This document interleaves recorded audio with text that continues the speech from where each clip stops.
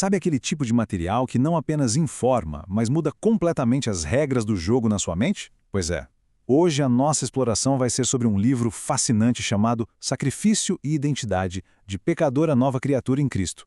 O autor é o Márcio Bringente. Aliás, um detalhe importante, a pronúncia correta é Bringente com som de G, tá? E olha, o que torna essa obra absolutamente genial não é só o fato de ela costurar a teologia através dos 66 livros da Bíblia. A grande sacada é como o autor mistura tudo isso com programação neurolinguística, a famosa PNL, além de conceitos de física quântica e frequências espirituais.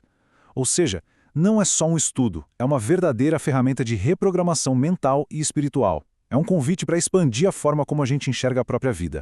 Bom, então vamos lá. O nosso roteiro de hoje está dividido em 4 partes bem claras. Primeiro, a gente passa por a busca pela purificação. Depois, chegamos no sacrifício definitivo. Em seguida, entramos na nova frequência espiritual e, para fechar, a identidade transformada.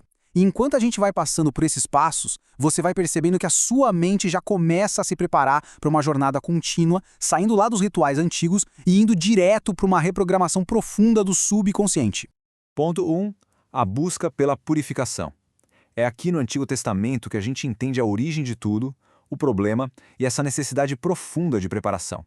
E quando a gente fala de sacrifício nesse contexto mais antigo, não era simplesmente abrir mão de um bem material. Sabe, longe disso. O livro define isso como um mecanismo temporário. Pensa nisso como uma ponte. Uma ponte construída pela fé, movida por aquela vontade humana de se reconectar com o divino, de purificação, de gratidão. Mas o detalhe era provisório. No fundo, todo aquele ritual apontava para uma necessidade muito mais profunda de transformação que ainda ia acontecer. Se a gente olhar para a evolução da coisa toda, tem um caminho super claro. Começa lá com os patriarcas, onde o foco era fé e comunhão direta. Aí entra a Era da Lei, com aqueles rituais super detalhados, cheios de regras. E por fim, a Era dos Profetas, onde já começa a bater aquela rejeição por rituais vazios. Enquanto você vai observando essa fase de preparação silenciosa ao longo dos séculos, a sua mente naturalmente começa a entender as limitações dessas ações físicas. Fica meio óbvio que esses rituais estavam só preparando o terreno, como se fosse um aquecimento para algo absoluto. E isso nos leva direto para o ponto 2, o sacrifício definitivo.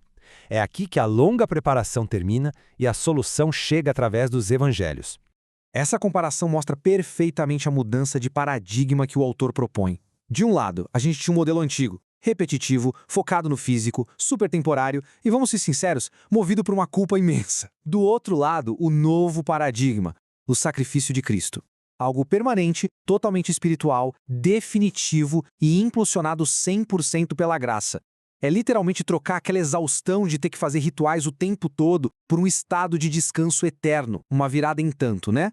Então, de forma bem objetiva, o que o livro faz é posicionar a crucificação não só como uma história que aconteceu no passado, é a expiação definitiva. Jesus entra como esse sacrifício perfeito que cumpre toda aquela lei antiga e basicamente diz: pronto, acabou a necessidade de ofertas físicas, a verdadeira redenção foi alcançada de uma vez por todas.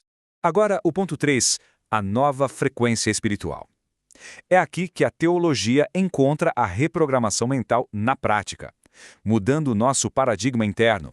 O que é absolutamente incrível nessa etapa é a mudança de estado. A essência do que estamos falando é parar de se identificar como um pecador condenado e assumir a identidade de uma nova criatura. O autor argumenta que quando você entende de verdade o que foi o sacrifício definitivo, a sua identidade espiritual entra numa nova sintonia, numa frequência de prosperidade. E detalhe, não estamos falando de riqueza material vazia, não. É sobre uma abundância de paz, de verdade, de se sentir livre de verdade. É você sintonizar a vida literalmente na frequência da graça.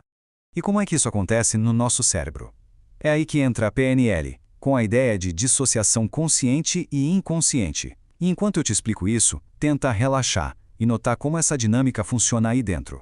A sua mente consciente compreende a história, a lógica, os rituais, enquanto o seu inconsciente, de um jeito muito natural e tranquilo, vai internalizando essa nova realidade de redenção. O inconsciente simplesmente começa a aceitar essa liberdade absoluta, deixando a culpa para trás. É uma reprogramação genuína que flui de dentro para fora. Chegamos ao nosso quarto e último passo, a identidade transformada. É como a gente vive como nova criatura nas epístolas e no Apocalipse. a fase onde atitudes substituem velhos altares. Se você olhar para os apóstolos como Paulo, Pedro, Tiago, eles são bem práticos em mostrar como essa nova criatura age hoje. A gente não derrama mais sangue, a gente oferece atitudes. Os nossos sacrifícios agora são através do louvor, daquela vontade incansável de fazer boas obras, de amar o próximo de verdade e de praticar a hospitalidade. Esses são os verdadeiros sacrifícios espirituais de quem busca uma alta performance cristã. É simplesmente você refletindo no mundo lá fora uma identidade que foi totalmente restaurada aqui dentro. E olha, para sustentar essa transformação e continuar amadurecendo, o autor criou o que ele chama de ecossistema Amigos do Bringoente. É um espaço feito justamente para você valorizar o seu próprio processo de crescimento. Não é só para ler o livro e colocar na estante. É para usar esse material como uma ferramenta ativa de reprogramação diária. Inclusive, quem quiser manter essa sintonia e expandir ainda mais, todos os materiais do Márcio Bringuente estão disponíveis lá na Amazon ou na Wiclap. Vale muito a pena fazer parte desse ecossistema.